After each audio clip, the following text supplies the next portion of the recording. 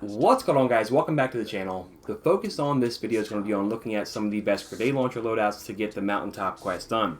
More specifically, we're looking at the In Pursuit of Iron Triumph, and that involves getting a ton of grenade launcher kills in Crucible. So make no mistake, this is a very time-consuming and also a very frustrating quest step, but if you have the right loadout, it will give you a bit of an advantage. If this video is helpful at all, guys, please hit that like button. That'd be amazing. Even better, subscribe, come back here for future videos. I want to keep growing this channel, and I want to thank you guys for all of your support in that endeavor. Now, with regards to your loadout, you want to have a 3 grenade launcher setup, and to do that, you have to have the Militia's Birthright. This weapon is available via the Lake of Shadows Nightfall, so anytime that is a weekly Nightfall, please make sure you're doing that and farm this weapon.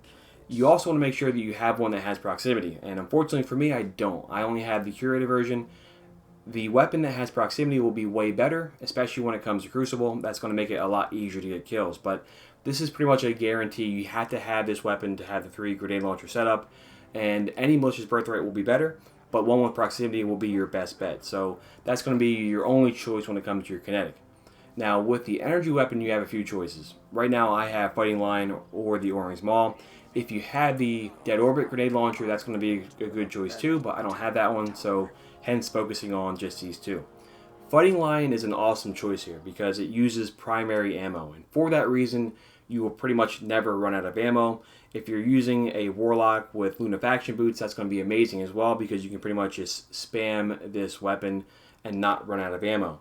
But I myself am not too good with it, even after using this to farm Wendigo. It's kind of embarrassing, but I'm not very good with the delayed detonation. So another option here will be the Iron Banner grenade launcher, and that is Orewing's Maul.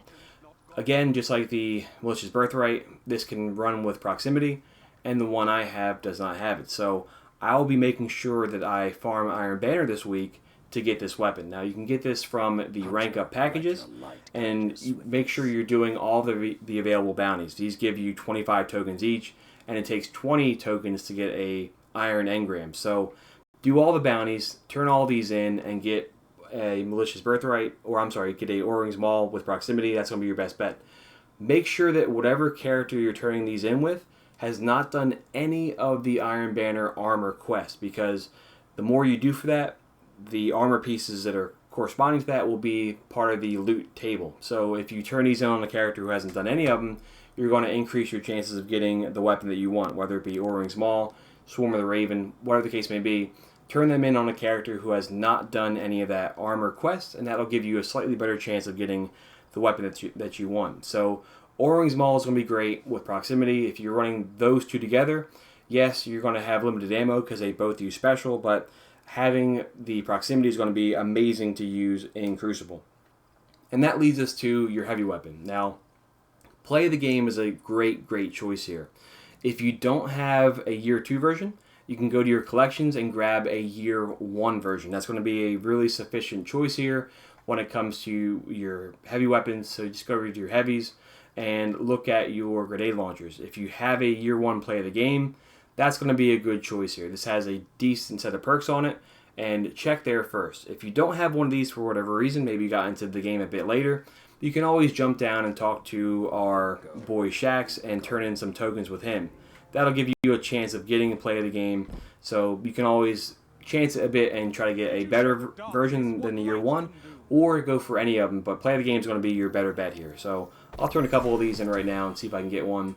It'd be kind of cool to get one here on the video, but like I said, this will be a great chance of getting a Play of the Game. That's going to be a really good choice for your heavy weapon.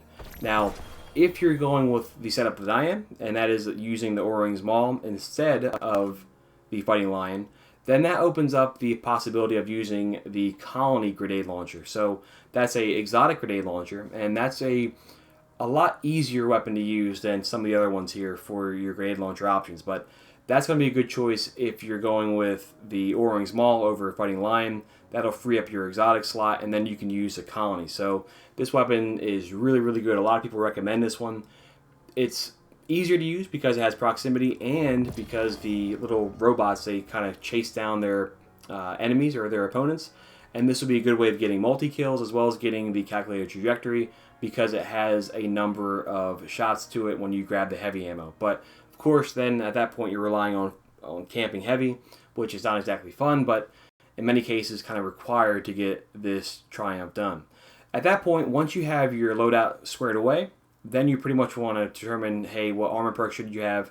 Scavenger is going to be really good, so if you have anything that has Scavenger on it, Grenade Launcher Scavenger, that's going to be really good. So something like this here, this Iron Banner gauntlets that I have, Enhanced Grenade Launcher Loader and Grenade Launcher Scavenger, that's going to be super clutch, especially if you're running with the double special ammo setup like I am here. So make sure that you're using the best armor that you have with the perks on it to give you the best chance here of having ammo and making sure you're ready to go. If you're running with your Hunter, Tether, we know how good that can be. Tether's awesome. If you're running with your Warlock, Lunafaction Boots, anything that you can use to spam your ammo.